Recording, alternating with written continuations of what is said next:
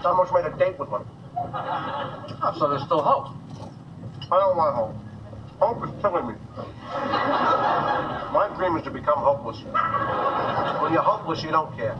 And when you don't care, that indifference makes you attractive. So hopelessness is the key. That's my only hope. See, I wouldn't really mind so much. But I feel badly for my mother. I mean, if my mother weren't around, it wouldn't be so bad. But I'm telling you, if I'm not married by the time I'm 40, I'm going to have to kill her. Because it's the only fair thing to do. I just couldn't put her through that. Well, at least you're not bitter. Who says I'm not bitter? Aren't you too young to be bitter? No, you can be young and bitter. You're just maybe not as bitter as I'm going to be 10 years from now, but I'm bitter. Anyway, don't tell anyone. Don't worry, your bitterness is safe with me. Order me a piece of cake. I'm going to go throw up.